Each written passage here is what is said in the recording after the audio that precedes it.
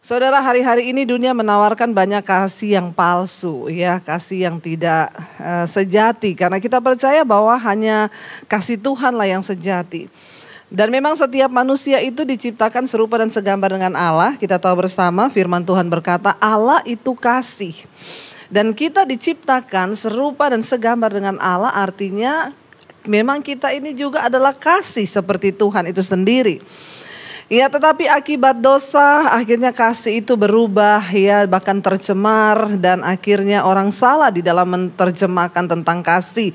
Bahkan kita lihat bersama, saudara, sangat menyedihkan, ya. Di hari Valentine saya membaca banyak anak-anak muda yang merelakan keperawanannya karena dia ingin menunjukkan bukti kasihnya kepada pacarnya atau pasangannya. Tapi kita tahu bersama ini adalah salah. Iblis meniru, ya, apa yang dari Tuhan, tetapi kita sebagai orang percaya harus benar-benar tahu mana yang benar dari Tuhan dan mana yang palsu.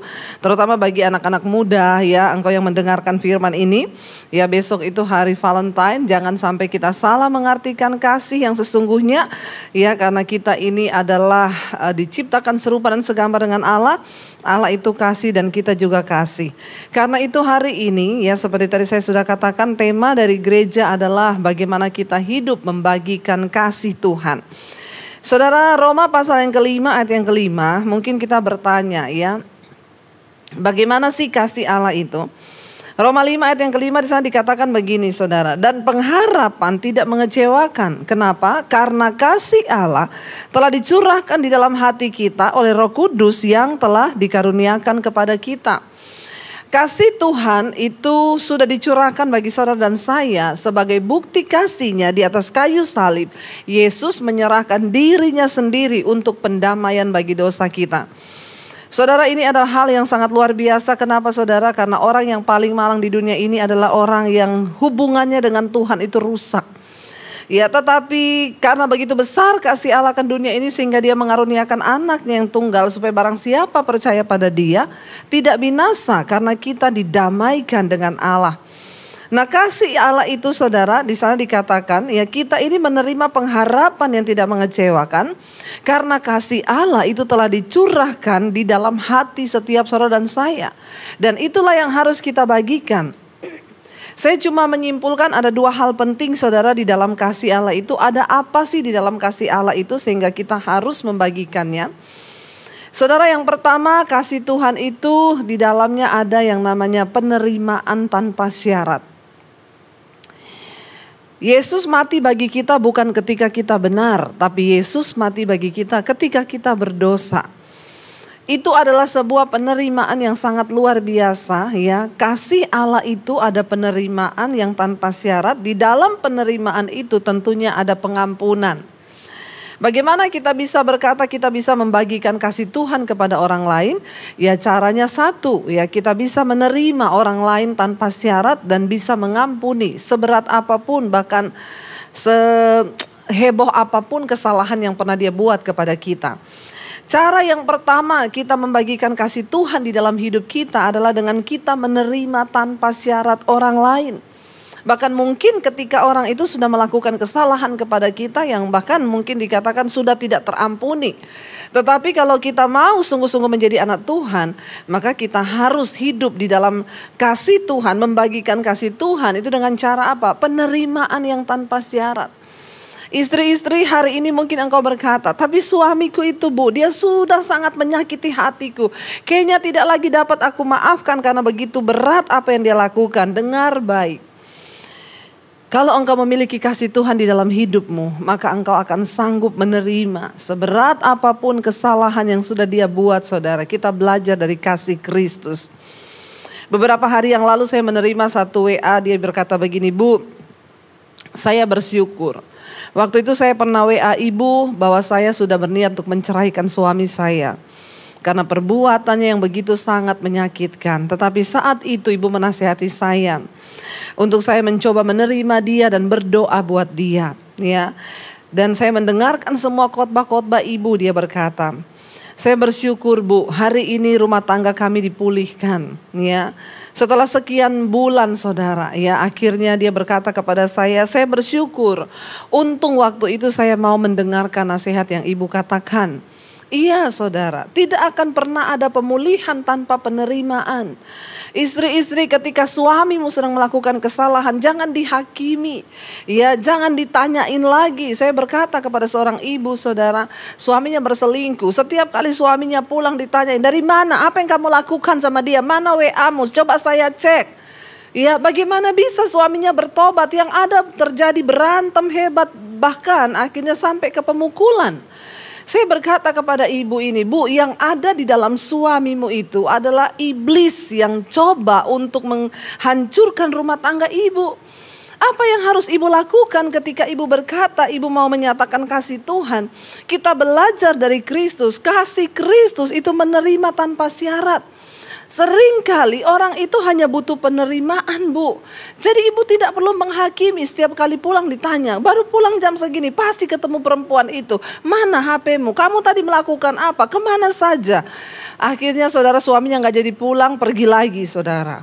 Ya, pergi lagi, semakin hancur rumah tangga mereka. Kenapa saudara? Karena kita seringkali tidak mampu mengaplikasikan, membagikan kasih Tuhan itu. Setiap ada kehancuran, maka saudara, hanya kasih Allah yang akan sanggup memulihkan. Setiap persoalan kehancuran di dalam keluarga, rumah tangga, dengan anak, dengan suami, dengan siapapun, percayalah hanya kasih Allah yang mampu memulihkan setiap hubungan. Dan bagaimana kita bisa membagikan kasih Allah itu kepada orang yang di sekeliling kita, suami yang bermasalah, anak yang bermasalah. Yang pertama, kasih Tuhan itu adalah penerimaan yang secara utuh tanpa syarat. Tuhan tidak berkata begini, ya, aku akan mati bagi kamu asal kamu baik dulu. Ya, asal kamu benar dulu. Enggak, dia mati ketika kita sedang berdosa. Itu artinya apa? Kasih Allah itu kasih yang menerima tanpa syarat. Dan hari-hari ini itu yang dunia sedang butuhkan saudara. Ketika anakmu memberontak mungkin. Saya mendengar kemarin ada seorang anak yang dia lari dari rumah orang tuanya. Waktu dia lari dari rumah orang tuanya broadcast ke semua teman-temannya. Diceritakan tentang aib anak ini. Nanti kalau dia datang ke rumahmu, kamu jangan buka pintu. Karena anak ini begini, hidupnya begini, dia jatuh dengan ini, dia melakukan ini saudara. Saya berkata, ya saudara, ini sebenarnya satu tindakan yang salah. Kenapa? Karena dengan penghakiman, orang tidak akan mungkin datang dan hubungan itu tidak mungkin akan dipulihkan. Cuma kasih Tuhan. Penerimaan yang tanpa syarat. Ya, orang tua, saya mau berkata hari ini, kalau anak-anakmu memberontak, jangan engkau hakimi. Terima mereka, saudara. Kadang-kadang hanya penerimaan tanpa syarat yang akan membuat orang itu bisa bertobat. Ya, bagaimana cara membagikan kasih Kristus? Mari kita praktekkan. Terima tanpa syarat. Ya, penerimaan yang tanpa syarat di dalam kasih Tuhan itu ada pengampunan. Ya, kita tidak mungkin bisa mengampuni orang kalau kita nggak bisa menerima dia tanpa syarat terlebih dahulu. Itulah kasih Tuhan. Yang kedua, di dalam kasih Allah itu ada apa saudara? Ada pengharapan. Ya, Roma pasal 5 ini berkata, dan pengharapan tidak mengecewakan karena apa? Kasih Allah itu telah dicurahkan di dalam hati kita oleh Roh Kudus yang dikaruniakannya kepada kita. Ini yang dunia sedang butuhkan hari-hari ini. Kenapa gereja di tempat ini mengangkat tema membagikan kasih Allah kepada orang di sekeliling kita? Karena dunia sedang membutuhkan dua hal terpenting ini, dan itu hanya ada di dalam kasih Tuhan. Yang pertama, penerimaan tanpa syarat. Yang kedua, pengharapan saudara. Dunia sedang mencari pengharapan hari-hari ini. Di tengah gejolak, di tengah gelombang, di tengah goncangan yang begitu hebat. Semua orang sedang mencari, berjalan kepada satu hal yang mereka cari hari-hari ini adalah pengharapan. Kita bersyukur ya, Tuhan datang dalam hidup kita. Kasih Allah dicurahkan dalam hidup kita untuk memberi apa? Pengharapan. Bahwa hidupmu belum hancur, bahwa engkau belum terlalu kotor, bahwa engkau belum terlalu rusak, dan Tuhan masih sanggup untuk memberikan engkau pengharapan dan engkau bisa bangkit melihat masa depan yang penuh harapan itu. Itu kasih Tuhan. Di dalam kasih Tuhan ada pengharapan, saudara. Kenapa seringkali banyak orang bunuh diri? Sebenarnya bukan karena dia tidak melihat doa atau harapannya itu tidak dijawab, atau tidak dia melihat kenyataan terjadi seperti yang dia harapkan. Kenapa orang bisa bunuh diri, saudara? Karena dia tidak memiliki pengharapan itu sendiri. Ya, bukan karena pengharapannya tidak menjadi kenyataan, tetapi dia sudah hidup tanpa pengharapan. Saudara, orang akan menjadi kuat ketika dia hidup dalam keadaan apapun, tapi masih ada pengharapan. Itu yang akan membuat dia bangkit ketika masih ada pengharapan bahwa dia akan melihat sesuatu yang lebih baik. Tetapi ketika orang putus asa, diintimidasi, dihakimi, lalu dia sudah hidup tanpa pengharapan lagi, itu yang sangat berbahaya. Banyak orang akhirnya putus asa, mundur, bahkan mengambil tindakan, saudara, yang sangat-sangat disayangkan. Kenapa? Karena mereka tidak memiliki pengharapan itu. Tetapi di dalam kasih Tuhan, di dalam Allah itu ada pengharapan. Kenapa kita harus pergi membagikan kasih Tuhan itu? Karena hanya di dalam Tuhan ada pengharapan. Hanya di dalam kasih Tuhan ada pengharapan yang dia berkata, tidak ada keadaan yang terlalu hancur, enggak ada keadaan yang terlalu rusak untuk tidak dapat dipulihkan. Sebab apa? Pengharapan di dalam Tuhan itu tidak pernah mengecewakan. Itulah kasih Tuhan. Yang pertama, saudara, ada penerimaan dan pengampunan yang tanpa syarat.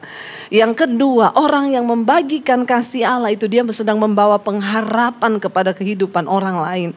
Saudara, di tengah masa pandemi ini mari kita melihat keadaan di sekeliling kita. Ada begitu banyak orang yang sedang rapuh. Inilah saatnya yang Alkitab berkata tuaian sedang menguning. Kalau kita mau buka mata dan kita mau peka dengan pekerjaan Tuhan, maka kita akan tahu bahwa hari-hari inilah hari tuaian itu menguning. Saya bersyukur, saudara, lewat pelayanan saya di YouTube saya dengan Mesbah Doa, saya mendengar ada begitu banyak kesaksian orang-orang yang mulai mengalami pemulihan. Kenapa? Karena mereka mendengar tentang kasih Tuhan. Tidak ada harapan, tidak ada keadaan yang terlalu buruk untuk Tuhan bisa pulihkan. Selama kita masih punya pengharapan di dalam kasih Tuhan. Saudara, 1 Yohanes pasal 4 ayat yang ke-11 sampai ayat yang ke-13 dikatakan begini. Ini yang harus kita catat baik-baik. Saudara-saudaraku yang kekasih, jikalau Allah sedemikian mengasihi kita, maka haruslah kita juga saling mengasihi. Ayat 12, tidak ada seorang pun yang pernah melihat Allah. Jika kita saling mengasihi, Allah tetap di dalam kita dan kasih-Nya sempurna di dalam kita. Ayat 13, demikianlah kita ketahui bahwa kita tetap berada di dalam Allah dan Dia di dalam kita. Ia telah mengaruniakan kita mendapat bagian di dalam roh-Nya. Jadi bagaimana cara kita ini bisa tahu bahwa kita ada di dalam Allah dan kita hidup di dalam kasih-Nya? Tidak ada seorang pun yang sudah pernah melihat Allah. Saya juga belum pernah melihat Tuhan dengan mata saya. Saudara juga mungkin belum pernah melihat Tuhan dengan mata jasmanimu. Ayat ini berkata, tidak ada seorang pun yang pernah melihat Allah. Ya, jika kita saling mengasihi, itu artinya apa? Allah ada di dalam kita dan kasih-Nya itu sempurna di dalam kita. Bagaimana kita meyakinkan bahwa kita ini masih hidup di dalam Tuhan dan Tuhan ada di dalam kita? Jangan terlalu pede. Banyak orang Kristen pede. Dia pikir Tuhan ada di dalam hidupku.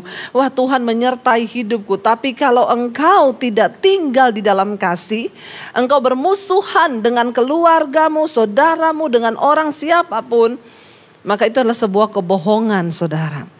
Bagaimana kita tahu Tuhan tinggal di dalam kita? Bagaimana kita tahu sempurna kasih-Nya di dalam hidup kita? Waktu kita hidup saling mengasihi. Ini tanda bahwa Tuhan ada dalam hidup kita dan ini tanda bahwa kita membagikan kasih Allah.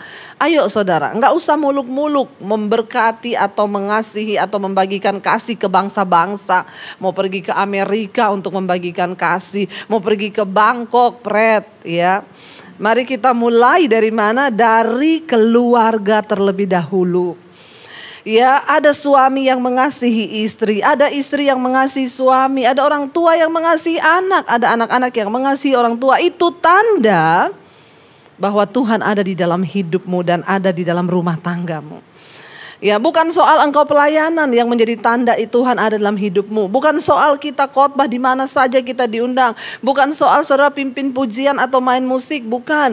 Bukan soal engkau pejabat di gereja ataupun majelis ataupun apa, bukan. Tapi tanda bahwa Tuhan tinggal dalam hidup rumah tangga kita adalah waktu engkau hidup saling mengasihi. Suami mengasihi istri, istri mengasihi suami, anak-anak mengasihi orang tua mengasihi anak.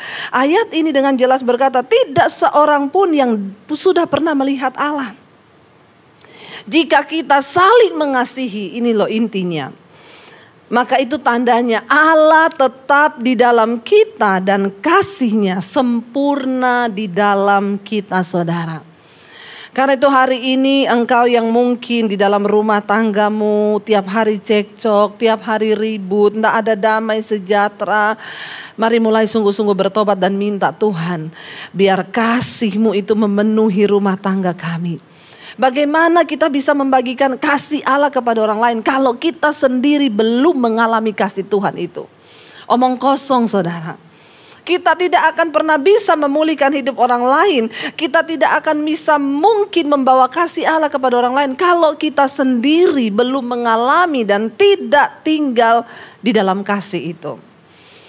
Tanda utamanya adalah apa? Engkau hidup di dalam kasih di dalam rumah tanggamu. Ya, saling mengasihi, saling menghormati. Maka itu tanda bahwa Tuhan ada dalam hidupmu. Kenapa, saudara? Karena dalam 1 Yohanes 4 ayat 19 sampai 21 dikatakan begini. Kita mengasihi Allah karena Allah lebih dahulu mengasihi kita. Ya, tolong dicatat baik-baik. Kenapa kita bisa mengasihi Tuhan? Ya, karena Tuhan sudah lebih dulu mengasihi kita. Ya, jadi kalau hubungan kita dengan Tuhan belum dipulihkan, tidak mungkin kita bisa mengasihi Tuhan. Artinya apa? Hanya orang-orang yang sudah mengalami kelahiran kembali, yang sudah berdamai dengan Allah, mereka lah yang akan bisa mengasihi Tuhan dengan sungguh-sungguh. Karena Allah lebih dulu mengasihi kita. Ayat 20 berkata, jikalau seorang berkata, aku mengasihi Allah dan ia membenci saudaranya, maka ia adalah pendusta. Karena barang siapa tidak mengasihi saudaranya yang dilihatnya, tidak mungkin mengasihi Allah yang tidak dilihatnya. Saudara yang terkasih, bagaimana mungkin kita berkata kita mengasihi Tuhan, tapi kita membenci saudara kita yang terlihat? Bagaimana mungkin istri berkata dia adalah seorang pendoa yang tiap hari ketemu Tuhan, mengasihi Tuhan, tapi kalau engkau membenci suamimu, maka engkau pendusta, kata firman Tuhan. Kalau engkau berkata engkau melayani Tuhan, engkau mengasihi Tuhan, makanya saya melayani, Bu. Makanya saya tiap minggu pokoknya gak pernah absen saya di gereja. Tapi kalau engkau membenci saudaramu, engkau adalah pendusta. Temannya setan itu pendusta. Ya, kenapa? Karena engkau tidak mungkin bisa mengasihi Tuhan yang tidak engkau lihat. Kalau orang yang engkau lihat saja engkau tidak mau mengasihi, saudara. Ayat ini berkata dengan jelas dan keras bagi setiap kita, ya. Jangan jadi pendusta, saudara, yang menyimpan kepahitan terus menerus. Saya bersyukur kemarin dapat sebuah WA dari seseorang. Bu Debbie, saya bersyukur, terima kasih. Saya mendengarkan khotbah ibu tentang pengampunan. Dia bilang, saya ini bermusuhan dengan tetangga saya, Bu. Ya, sudah hampir 3 bulan karena kata-katanya menyakiti saya. Akhirnya saya bermusuhan, saya gak bicara sama dia. Ya, tiap kali lihat mukanya dia, mau muntah rasanya. Orang itu kalau hidup dalam kebencian, saudara, sudah semuanya pahit, saudara. Semua jadi pahit. Biar dia makan yang manis tetap jadi pahit. Minum madu pun terasa madu pahit, saudara. Kenapa? Karena memang hatinya pahit, ya. Lihat tetangga itu pahit, 3 bulan tidak bicara. Sampai saya menemukan khotbah ibu tentang melepaskan pengampunan dan mempraktekkan kasih Allah. Dia bilang tidak mudah, Bu, tapi saya bergumul mengalahkan diri saya sendiri. Saya berkata, dalam nama Tuhan Yesus, aku patahkan segala roh-roh kepahitan, kekecewaan, aku lepaskan pengampunan. Dia terus bergumul dengan dirinya, dia berperang dengan dirinya, saudara. Lalu akhirnya dia dibebaskan dari kepahitan itu, ya, dan akhirnya dia keluar rumah ketemu dengan tetangganya. Dia bilang, langsung saya tawari, mau makanan enggak? Kenapa orang bisa diubahkan? Cuma karena ketika engkau mau minta kasih Tuhan tercurah atas hidupmu. Hanya kasih Tuhan yang sanggup mengubah yang pahit menjadi manis, saudara. Di dalam hidup ini kita akan diizinkan mengalami dan berjumpa dengan orang-orang yang akan bikin hati kita pahit. Tapi waktu engkau tinggal di dalam Tuhan, waktu engkau penuh dengan kasih Tuhan, maka tidak ada satupun yang pahit, saudara, dalam hidupmu. Engkau akan tahu bahwa yang pahit itu pun Tuhan sanggup ubah menjadi sesuatu yang manis bagi hidupmu. Di sini dikatakan jangan jadi pendusta. Engkau berkata engkau mengasihi Tuhan, setiap minggu engkau pelayanan. Tapi kalau masih ada musuh di dalam hatimu yang engkau tidak bisa lepaskan pengampunan, maka engkau itu pendusta di hadapan Tuhan. Bagaimana engkau mengasihi Allah yang engkau tidak lihat, kalau kepada manusia yang engkau lihat saja engkau tidak bisa mengampuni, saudara. Ya, di dalam 1 Petrus pasal yang kedua, 1 Petrus 1 ayat yang ke-22 di sana dikatakan begini, saudara. Ya, karena kamu telah menyucikan dirimu oleh ketaatan kepada kebenaran, sehingga kamu dapat mengamalkan kasih persaudaraan yang tulus ikhlas. Hendaklah kamu bersungguh-sungguh saling mengasihi dengan segenap hatimu. Ayat 23. Karena kamu telah dilahirkan kembali bukan dari benih yang fana, tetapi dari benih yang tidak fana oleh firman Allah yang hidup dan yang kekal. Ayat ini berkata kita tidak mungkin bisa mengamalkan kasih Tuhan kepada saudara-saudara kita kalau kita tidak dilahirkan kembali dulu dari benih, ya, yang kekal itu. Ya, bagaimana kita bisa sungguh-sungguh mempraktekkan kasih yang tulus ikhlas itu dikatakan, ya. Hendaklah kamu bersungguh-sungguh saling mengasihi dengan segenap hatimu. Ya, dikatakan di sana kamu harus mengamalkan kasih persaudaraan yang tulus ikhlas. Ya, dan kamu harus sungguh-sungguh saling mengasihi dengan segenap hatimu. Karena apa? Karena kamu telah dilahirkan kembali bukan dari benih yang fana, tetapi dari benih yang tidak fana, yaitu oleh firman Allah yang hidup dan yang kekal. Kita tidak akan pernah mampu mengamalkan kasih persaudaraan yang tulus ikhlas. Sementara dunia ini sekarang banyak kemunafikan, saudara. Di depan orang bisa tersenyum padahal di belakang, saudara, ya. Tapi Tuhan menuntut kita untuk mempraktekkan kasih yang tulus ikhlas. Jangan mengharapkan ganti, ya. Makanya saya selalu berkata, di dalam rumah tangga pun jangan pernah membangun rumah tanggamu itu berdasarkan cinta, ya. Cinta itu mungkin hanya sampai 2-3 tahun udah hilang, saudara. Makanya di atas 5 tahun jangan lagi membangun pernikahan di atas dasar cinta, tetapi kasih. Kenapa? Cinta itu cenderung menuntut. Waktu yang dituntut sudah habis, maka cinta juga luntur. Tapi kasih itu cenderung memberi dan berkorban. Jadi kasih itu tidak menuntut. Ketika pun dalam rumah tangga kita menjalani rumah tangga kita rasanya berat, ya, tetapi kalau kita menaruh dasar kasih dalam rumah tangga kita, itulah yang benar. Ya, kalau cinta itu ya itu sebelum pernikahan foto-foto pretwet, ya. Di atas batu karang, satu di laut, satu di air, satu di batu. Waktu ada gelombang, tarik-tarikan, wet. Begitu masuk 5 tahun ke atas pernikahan, ada gelombang malah dijorokin, saudara. Ya, makanya saudara saya berkata, ya, saya bersyukur sama suami 21 tahun pernikahan. Setiap ngangkat foto berdua saya tulis after wed. Itu yang benar. Kenapa? Karena kami membangun rumah tangga di atas dasar kasih. Kasih itu akan memudahkan kita menerima kekurangan masing-masing. Kasihlah yang akan membuat kita mengerti bahwa kita ini saling memperlengkapi. Tapi cinta itu menuntut. Ya, kalau sudah nggak ada yang dituntut, sudah, saudara. Ya, bulan madu, waktu madunya habis ya tinggal lebahnya, saudara. Ya, lebahnya lebah hutan lagi. Kalau nyengat itu benar-benar bentol-bentol semuanya. Tapi mari, saudara, ya, Bulan ini kita merayakan bulan kasih ya, dan bukan secara kebetulan. Kita juga harus sungguh-sungguh membagikan kasih Allah itu kepada orang di sekeliling kita dan juga di dalam hidup kita. Tapi nomor satu, kita dulu harus mengalami kasih Tuhan itu, baru kita bisa membagikannya kepada orang lain. Mari kita akan merenungkan firman ini. Saya undang para imam musik, mungkin bisa maju ke depan. Saya percaya saudara, hanya kasih Tuhan yang tanpa syarat yang dapat memampukan setiap kita untuk dapat melihat ke depan bahwa tidak ada yang terlalu sulit, tidak ada keadaan yang terlalu hancur, bahkan tidak ada hidup yang terlalu buruk untuk kami bangkit kembali di dalam pengharapan. Karena pengharapan kami di dalam Kristus itu tidak pernah mengecewakan. Kami mengucap syukur untuk kasih Tuhan di dalam hidup kami. Terima kasih Bapa untuk penerimaan-Mu yang begitu luar biasa. Terima kasih buat setiap hal yang terbaik yang Tuhan lakukan di dalam hidup kami.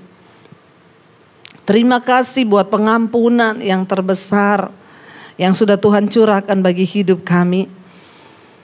Biar anugerah-Mu turun di dalam hidup kami Tuhan hari ini.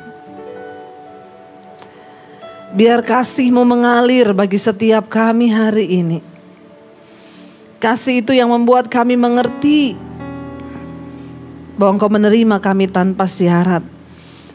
Tidak ada rumah tangga yang terlalu hancur untuk tidak dapat dipulihkan Tuhan, selama ada kasih Tuhan di dalam hidup kami. Karena itu kami datang di hadapan hadirat-Mu hari ini Tuhan. Kami berdoa biar kasih Tuhan tercurah dalam hidup kami. Kasih Tuhan tercurah dalam rumah tangga kami. Kami rindukan Tuhan ada pemulihan demi pemulihan yang terjadi. Terima kasih Bapa. Kami bersyukur. Mari bawa syukur-Mu pada Tuhan saudara. Hampiri tahta kasih Tuhan.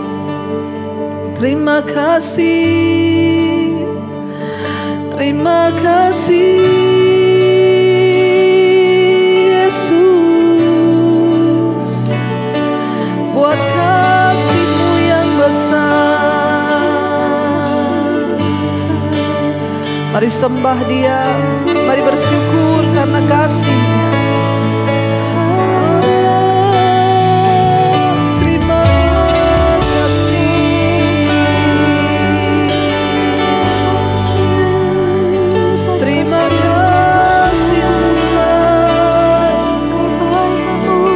Mari angkat iman-Mu hari ini saudara. Katakan tidak ada yang terlalu sulit Tuhan. Tidak ada yang terlalu hancur untuk tidak dapat dipulihkan Tuhan. Tidak ada yang terlalu rusak Bapa. Ada pengharapan di dalam kasih Tuhan. Karena kasih Allah telah dicurahkan di dalam hati dan hidup kami. Terima kasih.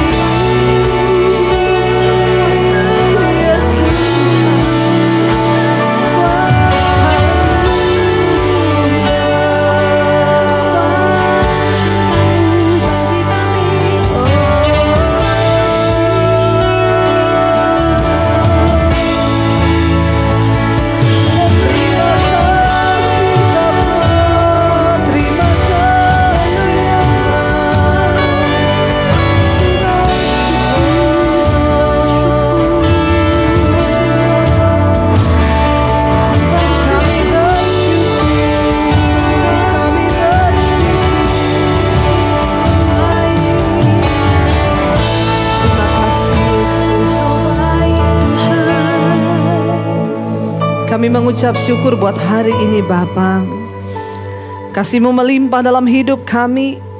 Hingga kasih itu kami bagikan dari dalam rumah tangga kami terlebih dahulu. Baru kami akan membagikan kasih itu kepada orang yang ada di luar sana. Kami tidak ingin menjadi pendusta Tuhan. Kami ingin memulai dengan mengasihi Tuhan yang tidak terlihat. Dan mengasihi orang-orang di depan kami yang terlihat. Berkati umat-Mu, gereja-Mu Tuhan.